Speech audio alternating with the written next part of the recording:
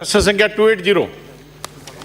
माननीय अध्यक्ष प्रश्न पढ़ा हुआ माना जाए। माननीय अध्यक्ष महोदय, प्रश्न पूछे आप। मेरा पूरक प्रश्न है, माननीय मंत्री जी, आपने अपने बजट में खेल स्टेडियम बनाने की घोषणा की थी और मुझे आपने जवाब दिया है कि बजट की उपलब्धता पर इस पर विचार किया जाएगा। मेरा पहला प्रश्न है, ये बजट उपलब्धता का आधार क्या है और कब तक हो जाएगा?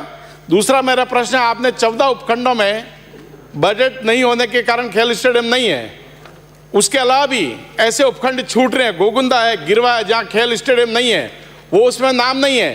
क्या अधिकारियों के गलती के कारण ये सदन को गुमराह नहीं किया गया?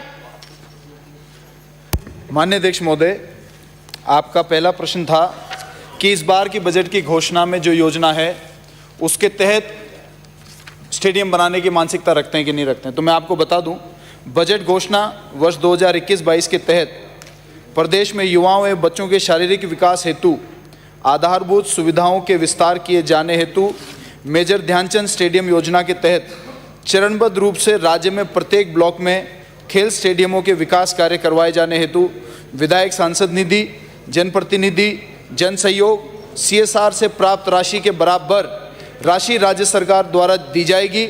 अतः विधानसभा में पारित होने के उपरांत मेजर ध्यानचंद स्टेडियम योजना के स्टेडियम निर्माण एवं विकास कार्य करवाए जाएंगे।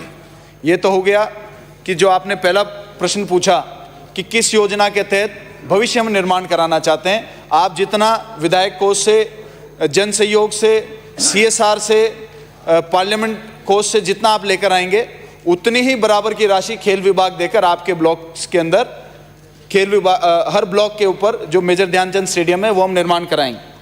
दूसरा प्रश्न आपने पूछा कि यदि कोई ऐसा ब्लॉक है कि जिसके अंदर स्टेडियम नहीं है लेकिन नाम छूट गया है, निश्चित रूप से यदि ऐसा कोई ब्लॉक है कि जिसका नाम छूट गया है और नहीं है, आप मुझे उसकी सूचना दें और निश्चित रूप से विभाग के कर्मचारियों से उसका जवाब तलब करके यदि गलती हुई है तो उसकी सजा मिलेगी। प्रश्नकाल समाप्त हुआ। अच्छा बैठे। मुझे माननीय सदस्यों को सूचित करना है कि निम्नलिखित स्थगन प्रस्तावों की सूचना प्राप्त हुई है। श्रीमती शोभा चौहान 1710 सदस्य की ओर से विधानसभा क्षेत्र सोजत में मेहंदी की फसल के अलावा अन्य फसलों के खराबे से हुए नुकसान का मुआवजा किसानों को नहीं दिए जाने से उत्पन्न स्थिति के संबंध में। संदीप शर्मा 175 सदस्य की ओर से कोटा शहर में चंबल नदी में आए तेज बहाव से हुए मिट्टी के कटाव को रोके जाने के संबंध में। रामलाल शर्मा 148 सदस्य की ओर से प्रदेश में B.Ed योग्यताधारियों का निजी स्कूल में हो रहे शोषण से